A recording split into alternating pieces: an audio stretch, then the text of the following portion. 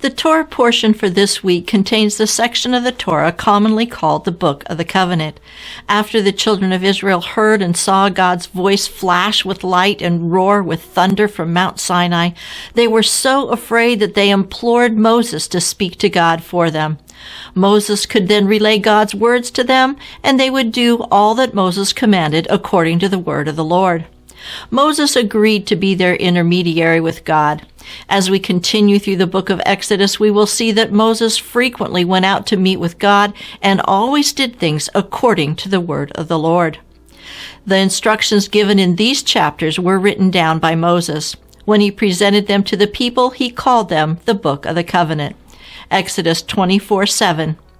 Then he took the book of the covenant and read in the hearing of the people, and they said, "All that the Lord has said we will do, and be obedient." What instructions were included in the book of the covenant? There are actually not many instructions included in this book. Additional details and other statutes were added later. So why were these particular provisions chosen in this initial set of instructions and judgments? What does this reveal about their covenant with God? I'm Brenda Cathcart, and this is Words from Our Father.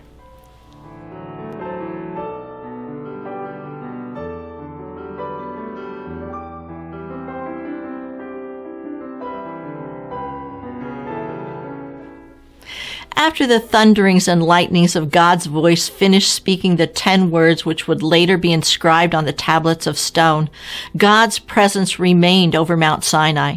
The children of Israel remained standing at a distance from the mountain, but Moses drew near, entering into the thick cloud that surrounded the mountain.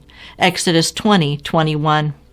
So the people stood afar off, but Moses drew near the thick darkness where God was.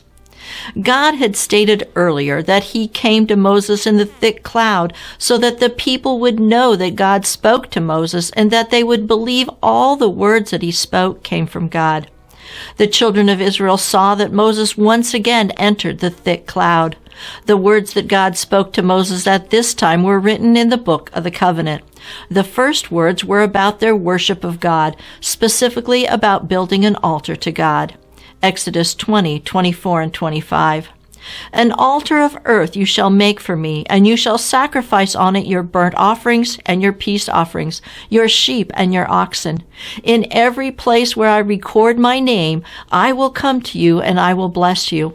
And if you make me an altar of stone, you shall not build it of hewn stone. For if you use your tool on it, you have profaned it. The altar they were to build for God was not to be an elaborate structure such as the pagans built. It was to be built only with earth or unworked stones. These materials were not to be carved or formed by any work of man. They were to be made solely with the materials of God's creation. In the 10 words, God declared that there should be no image made to represent him. An altar that had been improved upon by the works of man would take the focus away from God and divert it to the altar itself. The children of Israel had just come out of Egypt with her multitude of gods and idols. God's people needed to learn that their God, Yahovah, was not a God to be worshipped through carved images or likenesses of creation. After the instructions about the altar, God turned to judgments about how the children of Israel were to treat each other. Exodus 21:1. Now these are the judgments which you shall set before them. The word judgments is the Hebrew word mishpat, number 4941 in Strong's Concordance, meaning a verdict or a judicial sentence or decree. A verdict or decree is usually in response to a specific situation or question that comes before the court. In these chapters, God declares his ruling about specific situations that set the tone for their dealings with each other. The first situation is that of slavery. Remember, the backdrop of these rulings is that God had just taken the children of Israel out of slavery in Egypt. The subject of slavery was a sensitive topic. Should Israel continue the common practice of slavery to deal with crimes and debt? In our culture, we deal with crimes by sentences of prison and deal with debts by confiscating property and future earnings. What method would God enact to deal with these issues? Exodus 21:2. If you buy a Hebrew servant, he shall serve 6 years, and in the 7th he shall go out free and pay nothing. Slavery or servitude was to be allowed in Israel, but the term of the slavery was limited to 6 years. Further, all the Hebrew servant's debts at that time were to be considered as paid. He would go out from servitude owing nothing. In fact, when the servant is freed, he is to be provisioned with all he needs to get a fresh start. Deuteronomy 15:13 through 15. And when you send him away free from you, you shall not let him go away empty-handed. You shall supply him liberally from your flock, from your threshing floor, and from your winepress. From what the Lord has blessed you with, you shall give to him. You shall remember that you were a slave in the land of Egypt, and the Lord your God redeemed you. Therefore I command you this thing today. When God freed the children of Israel from Egypt, he made sure that they were provisioned by the Egyptians when they were freed. Exodus 12:35 and 36. Now the children of Israel had done according to the word of Moses, and they had asked from the Egyptians articles of silver, articles of gold, and clothing, and the Lord had given the people favor in the sight of the Egyptians, so that they granted them what they requested. Thus they plundered the Egyptians.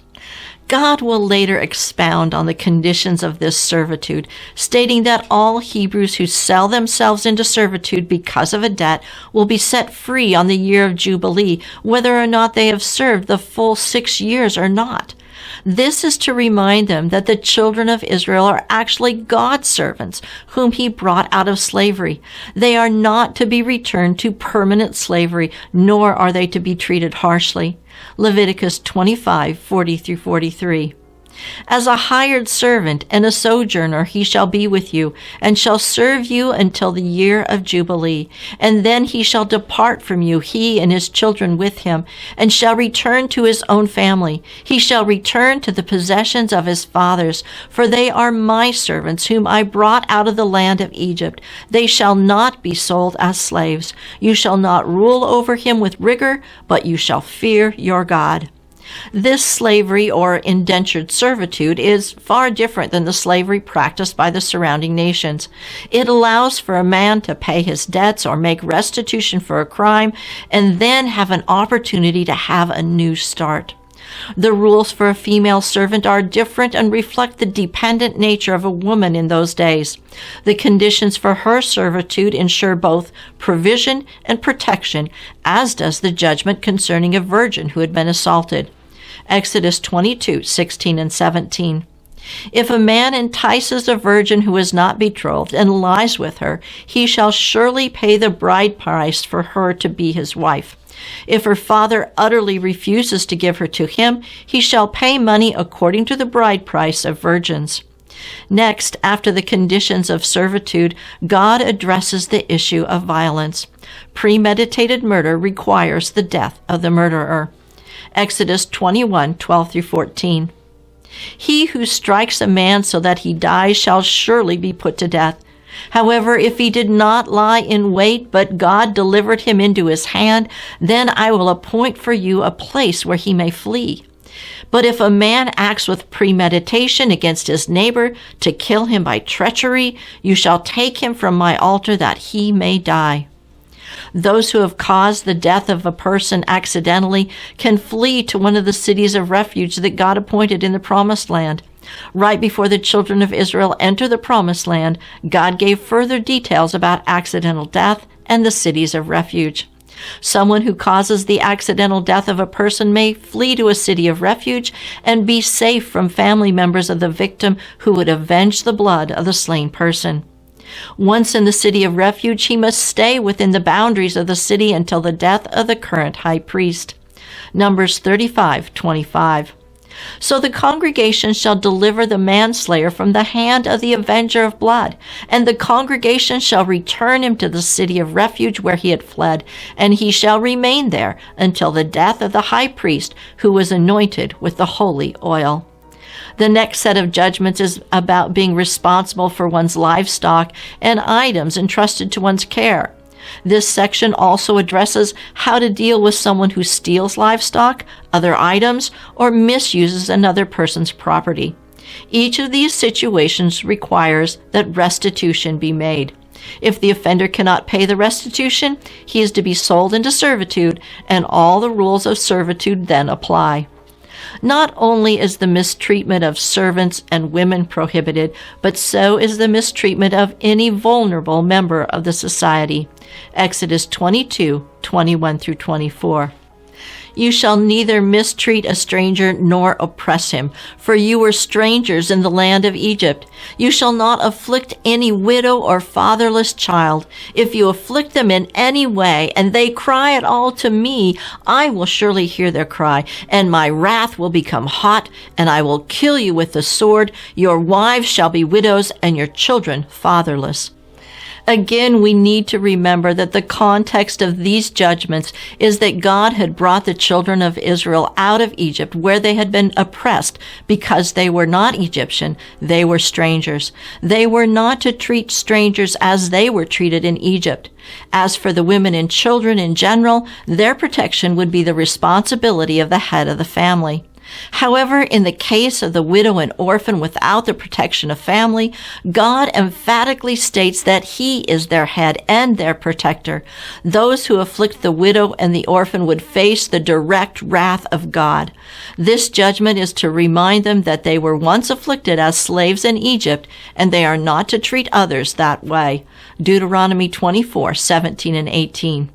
You shall not pervert justice due the stranger or the fatherless, nor take a widow's garment as a pledge. But you shall remember that you were a slave in Egypt, and the Lord your God redeemed you from there. Therefore I command you to do this thing.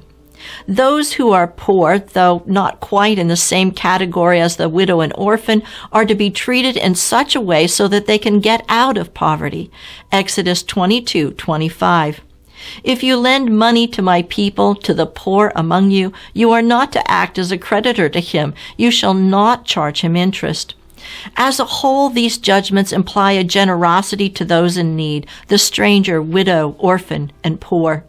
This generosity is also to apply to God. They are not to hold back in their offerings to God. Exodus 22:29 and 30.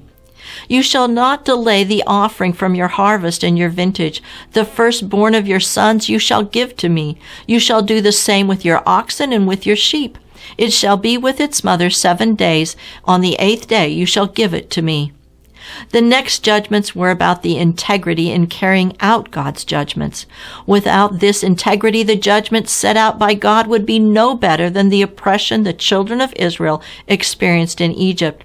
Witnesses were not to bring a false report, and judges were not to show favoritism to the wealthy and powerful. Exodus 23:1 through 3. You shall not circulate a false report. Do not put your hand with the wicked to be an unrighteous witness. You shall not follow a crowd to do evil, nor shall you testify in a dispute so as to turn aside after many to pervert justice. You shall not show partiality to a poor man in his dispute. God reminds the people that fairness in carrying out God's judgments also applies to the stranger. Exodus 23:9. You shall not oppress a stranger, since you yourselves know the feelings of a stranger, for you also were strangers in the land of Egypt. The word translated as feelings is nephesh, number 5315, meaning a breathing creature. The children of Israel know what it is like to live as mistreated and oppressed people in Egypt. Since they know what this is like, they are not to use the justice system to mistreat the stranger. God's instructions to Moses for the children of Israel now returns to where they started, how they are to worship God. These instructions set aside specific times that are to be observed. The first is a sabbatical year. Like the weekly Sabbath, God tells them to observe a yearly Sabbath every 7th year. Exodus 23:10 through 12. 6 years you shall sow your land and gather in its produce. But the 7th year you shall let it rest and lie fallow, that the poor of your people may eat, and what they leave the beasts of the field may eat. In like manner you shall do with your vineyard and your olive grove. 6 days you shall do your work, and on the 7th day you shall rest, that your ox and your donkey may rest, and the son of your female servant and the stranger may be refreshed. During this Sabbath year, the fields, vineyards, and orchards are to be open to the poor so that they may eat and be refreshed. In addition to the Sabbath year, God set aside 3 times each year that the children of Israel were to hold a festival to the Lord. Exodus 23:14 through 17. 3 times you shall keep a feast to me in the year. You shall keep the feast of unleavened bread. You shall eat unleavened bread 7 days, as I commanded you at the time appointed in the month of Abib. For in it you came out of Egypt. None shall appear before me empty. And the feast of harvest, the first fruits of your labors which you have sown in the field, and the feast of ingathering at the end of the year, when you have gathered in the fruit of your labors from the field. 3 times in the year all your males shall appear before the Lord. The word translated as feast in verse 14 is the Hebrew word chagag, number 2287, meaning to move in a circle or to march in a sacred procession. Moving in a circle could imply the idea of dance. A sacred procession invokes the image of David bringing the Ark of the Covenant into Jerusalem, accompanied by the procession of priests and the dancing of David. These feasts required the procession of all the males in the land to the place where God would inscribe his name. Because of this, these 3 festivals are known as pilgrimage feasts. This concludes the judgments that Moses wrote in the Book of the Covenant. At this point, God explains what he would do to bring the people into the land he had chosen for them. He states that he would send his angel to lead them into the promised land. Exodus 23:20. Behold, I send an angel before you to keep you in the way and to bring you into the place which I have prepared. When the children of Israel enter the land, they are to overthrow the inhabitants and not adopt any of their customs, especially those they use to worship their false gods. God then refers to 3 specific events on their journey from Egypt to Mount Sinai: healing the waters at Marah, providing manna in the wilderness of Sin, and providing water at Rephidim. Exodus 23:25 and 26.